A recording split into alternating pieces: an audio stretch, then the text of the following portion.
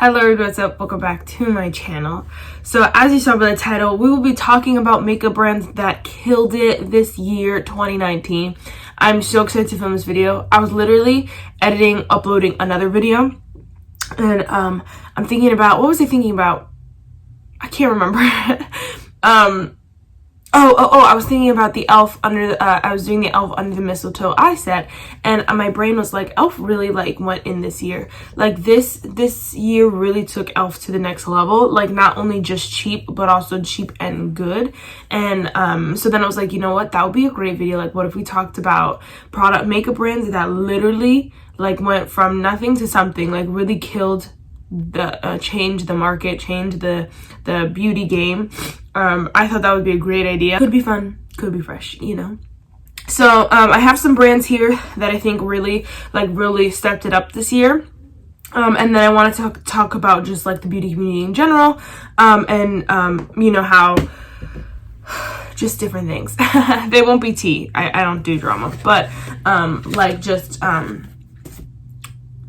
influencers coming out with their own brands and how that changed the market and stuff like that. So without further ado, let's just get started. I haven't decided if I want to put makeup on, I don't know, or not. I hate, if you guys can't tell, I don't like just sitting and talking to you guys. I rather be doing something. So either holding it, whether that's holding it or if that's my makeup, I'd rather be doing something.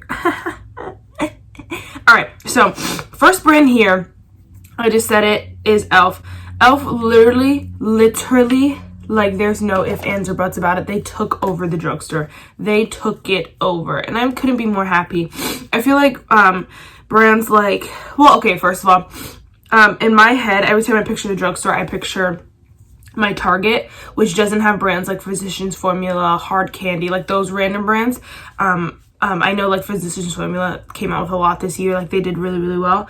But I feel that I don't count them just because I picture my Target. So I really think that elf took over a lot of the drugstore.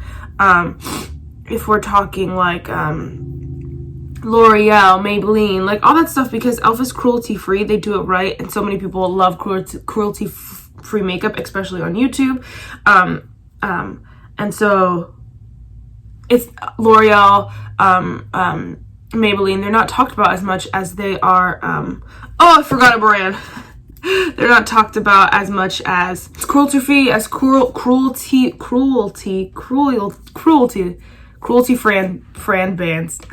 as cruelty free brands. So I feel that's a big factor in a lot of today's makeup and branding and stuff like that. Cruelty free is so important, because literally half the people who wear makeup don't wear cruelty free, don't wear makeup that's not cruelty free. So that's a big thing, I think, why elf was such a popular brand. But also, I think, really think elf's makeup game, first of all, when they dropped this Opposites Attract palette, everyone was shaking.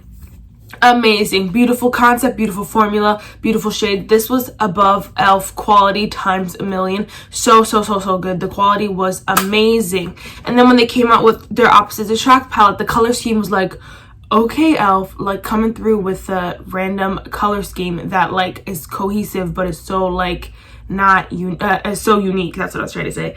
And so I think these two palettes definitely took elf into the right direction. And then they dropped, let me get it.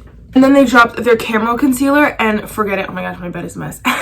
And then forget it. This was elf was all right, so we're not playing anymore. This Camo Concealer just took them to the next level times 10. And I think it was such, these two and that Camo Concealer really changed elf for the better, might I add. I have so many elf products that are older that I do love, and so that are this Prime and Stay finishing powder probably came out when elf came out.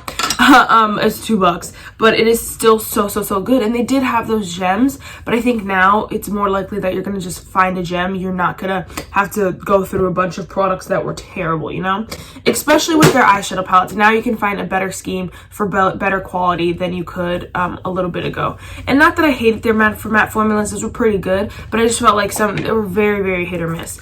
Very hit or miss. All right, and then so Definitely changed the game. They came out with more shades of their Flawless Finish foundation. They came out with more bigger palettes, more of the bigger pan palettes. Their holiday sets this year are really good. They're not the cheapy jank ones that are like all their dollar stuff shoved into one box. It's really, really good. I just got the Under the Mistletoe set like I was talking about. Like this, they just really stepped it up this year. They came out with so many different collections and fun things. Their Nabla collection they just did. They did a lot of collabs. They did... Elf killed it this year, and there's no ifs, ands, or buts about it. Like they did, and I feel like they did it right. So now we're going to talk about another brand that killed it this year, and it is ColourPop. But I feel like ColourPop didn't do it as right as Elf did. I feel like Elf killed it because they came out with good products in like spurts. Like they definitely came out with their eyeshadow palettes first, then it was their camo concealer, and then, you know what I mean? So now then they had collabs, and they like, it was not every day you woke up and there was a new collab. Like hint ColourPop. But I think honestly, like this whole year, I feel like, first of all, I think ColourPop is really just trying to get their groove, because they probably have so many ideas. But honestly, like, you wait on your idea, you sleep on your idea for one moment, somebody else has the idea, you know? So I feel like ColourPop is probably just trying to find their groove in having ideas and putting out products without like trying to beat the market to their products. I think what's happening though is they're getting repetitive. They're going you know, back over like color schemes. They want like certain themes, certain shades, but then they add shades that we have 10 times over. Like I feel like they're getting stuck there. But I think they're, you know, the way, like what started them this year were their 9 pan palettes. Was this the first one that they came out with, the pink one? No, they came out with I think one before this or two. Oh, they came with Solimar, and this one I don't think this was number 3 though. I think this was, I don't know, they came out with this on Mean Girls Day, and so freaking heck yeah, I was about it. And then they came out like with Main Squeeze, and now they have a quadrillion. So these I think definitely started off their throw it out there, get it out before someone copies it kind of thing. So honestly, these are amazing quality. They are really, really nice. I think now they're putting their Super Shock shadows in it, which I don't really like. I do like the older ones better. Now they came out with their mega palettes. Now they have the nude mega palette. Like they have, so it's kind of with the first one was with Kathleen Lights, this one's with just ColourPop, and like now they're just getting into a groove of, you know, putting out makeup, and I think they really, really killed it this year, because people don't hate them yet. I think if they continue this way, people will start to be like, all right, I'm done. But I think people are done. I don't think people hate them. I think next year people will be like, okay, I'm not buying from ColourPop anymore. I think they're still on a good note, but I think that they need to find their groove, because releasing every day is unacceptable. I know too. I think, oh yeah, this year they came out with their BFF mascaras, I believe. I believe they came out with their Pretty Fresh line, which people were obsessed with. That was like one of the best decisions they could have ever made, honestly, ColourPop. I think they should have not surrounded it by so many eyeshadow palette releases, but then it would have been even bigger, but whatever. I think that like totally killed it this year. So I think it was their 5th birthday this year as well, so yeah. Oh, they come out with their not chubby sticks, they're like highlight sticks, and their blush sticks. They did come out with those. So ColourPop, I really think that they released some good stuff along the way of their thousands of eyeshadow palettes. So I think that they did, again, they killed it this year. I think they really they had like the lip tints. Like I think they opened up a door that stepped a foot back into kids makeup, but also was like, okay, we're not playing with kids makeup, you know what I mean? That's what I really, really liked about it. Like those lip tints look like kids makeup, but honestly, like people use them and they're practical, so it's like it's really cool. You know what I mean? So I think again, ColourPop really, really killed it this year. All right, so next I want to talk about ABH, Anastasia Beverly Hills. I feel like, again, they're another brand that killed it. I think they rushed their Norvina palettes all together at the end there. They really crammed them together. I think their mini palettes needed their time to shine, because people love mini palettes. Honestly, they love this. They feel like they're spending less money because they get something small and they still get the brand, you know? So I feel like that if the mini palettes had their time to shine, that would have been a little bit better. And then if each big, giant, enormous palette had their time to shine, again, that would be a lot better. But I still feel like this year, ABH's collabs with Jackie Aina, Carly Bible, all these like collabs they did this year, kind of legit. I think that ABH is something like they don't release often. Oh, their foundation too. Like I think that kind of changed the game. I think they came out with their brow gel this year. I believe so. I think they did. Because they're so known for their brows, why not work the brows? You know what I'm saying? But anyway, I feel like they're a brand that doesn't release often, but when they do, and I don't have anything from ABH right now. I did try the Subculture palette and I really liked it. I feel like the next one I'm gonna buy are the mini palettes because yes, girl. And I tried. Oh, I'm sampling the foundation right now, and I really like the foundation. It's beautiful. So I feel like they did something really new, but also like with the giant palettes and the mini palettes. I feel like they did something new with the color schemes, but I feel like they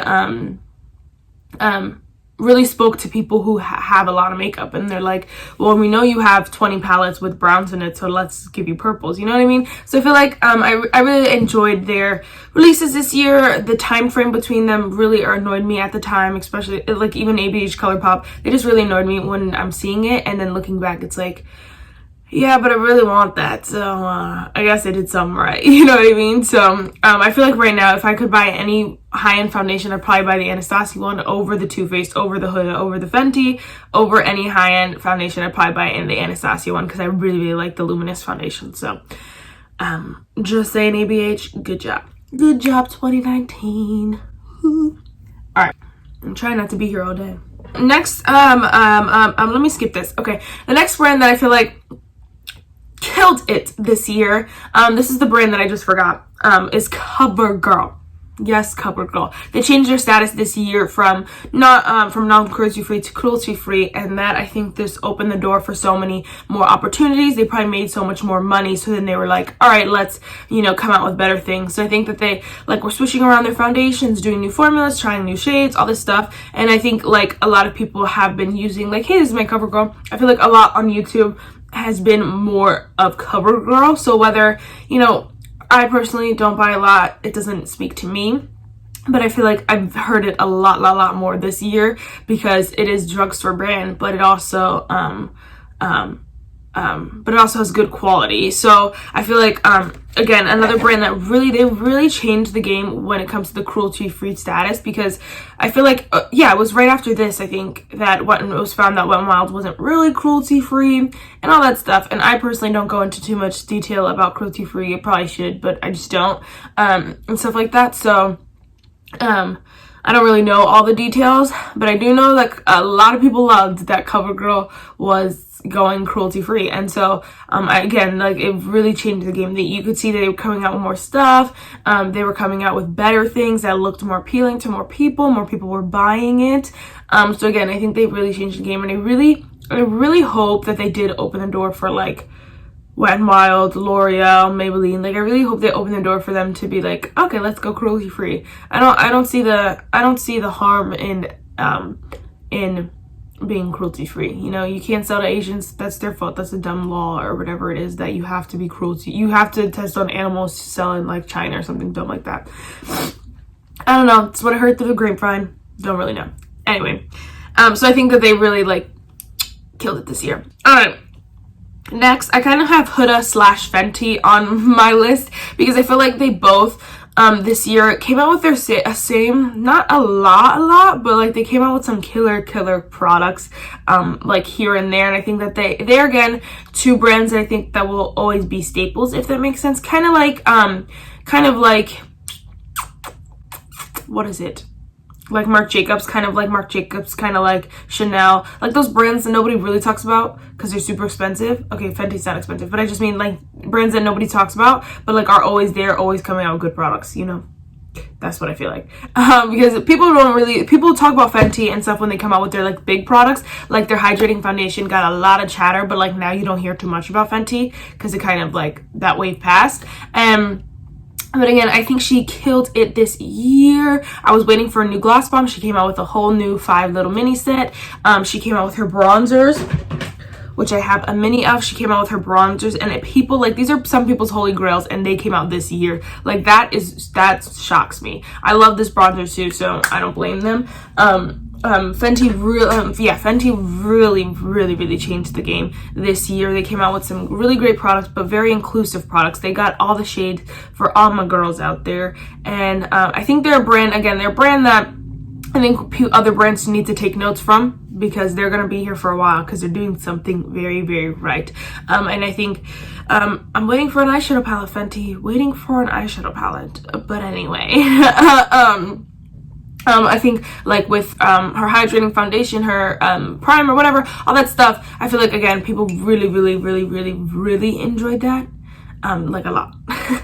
A lot, especially that bronzer, and I can't even think like other highlights. I can't even really think about it, because I don't buy too much from Fenty just because they're a high-end brand, but I think that a lot of people have been talking about Fenty this past year. Same with Huda. I think that some people like aren't obsessed with Huda, but I think that because her cruelty-free status is like shady. But anyway, I feel like this year she came with a bang. She did her neon palettes this year. I believe that's what started off the year.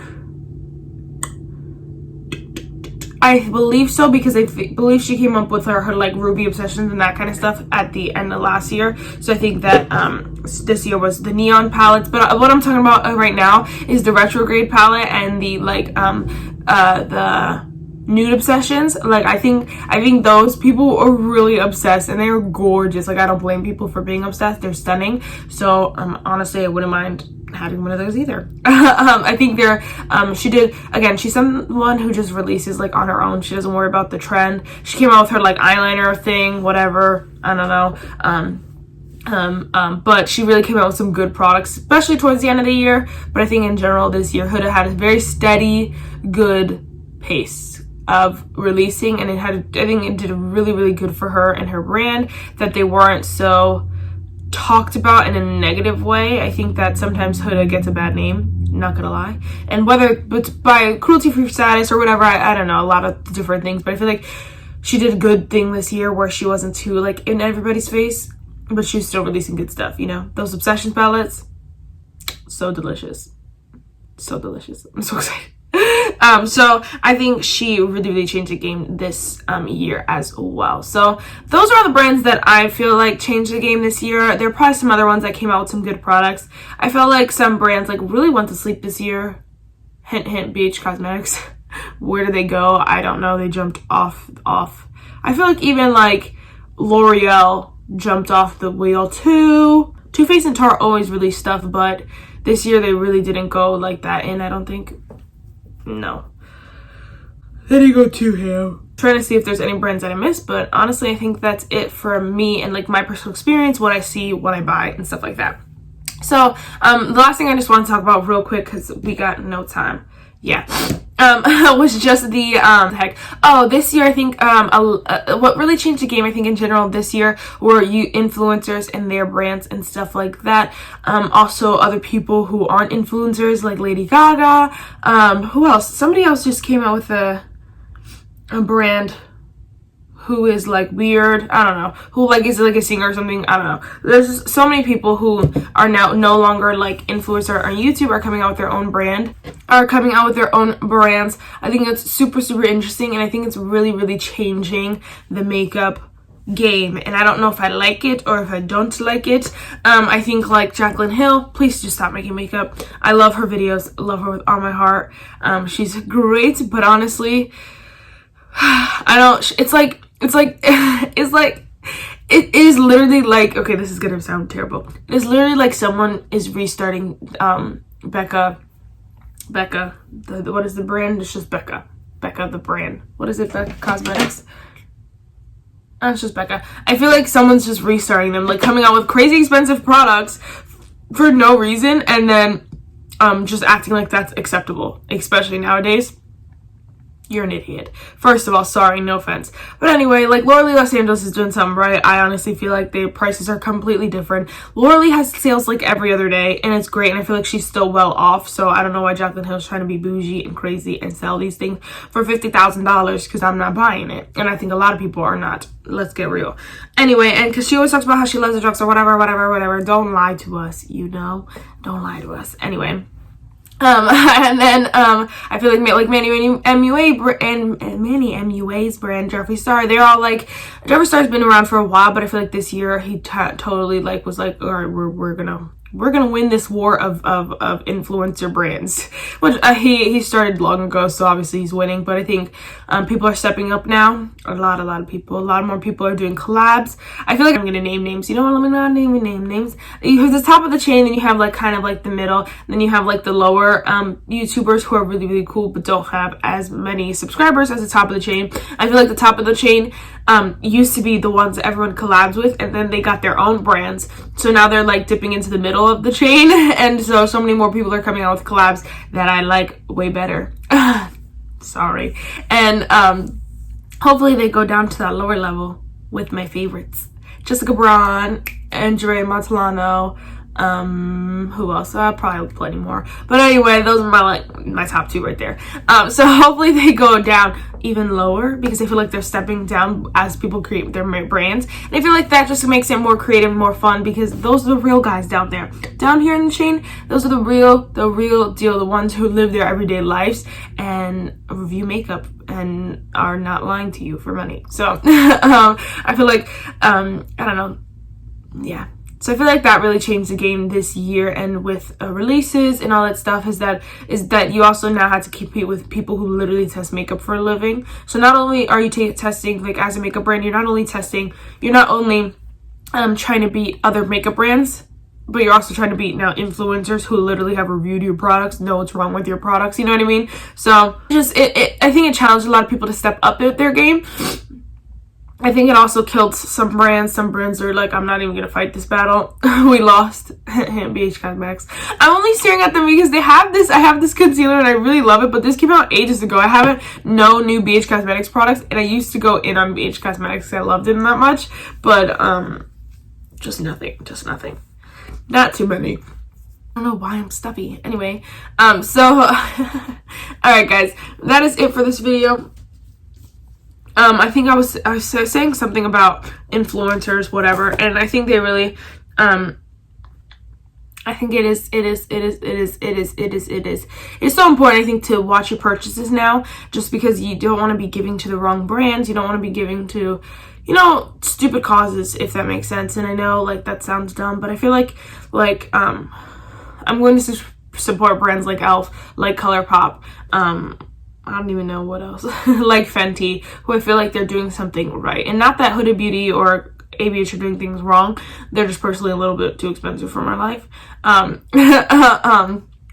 So I think really watching who you're buying from, but also watching what you're buying. You know, are you buying makeup just to throw it out? Like, it's about to be 2020. Like, girl, no.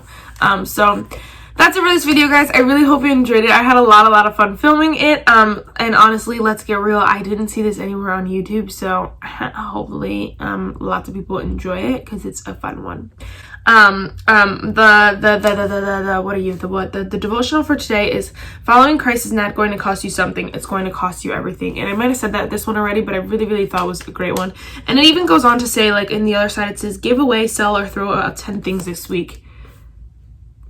Whoa, that's crazy. That is crazy. To give away, sell, or throw out 10 things this week.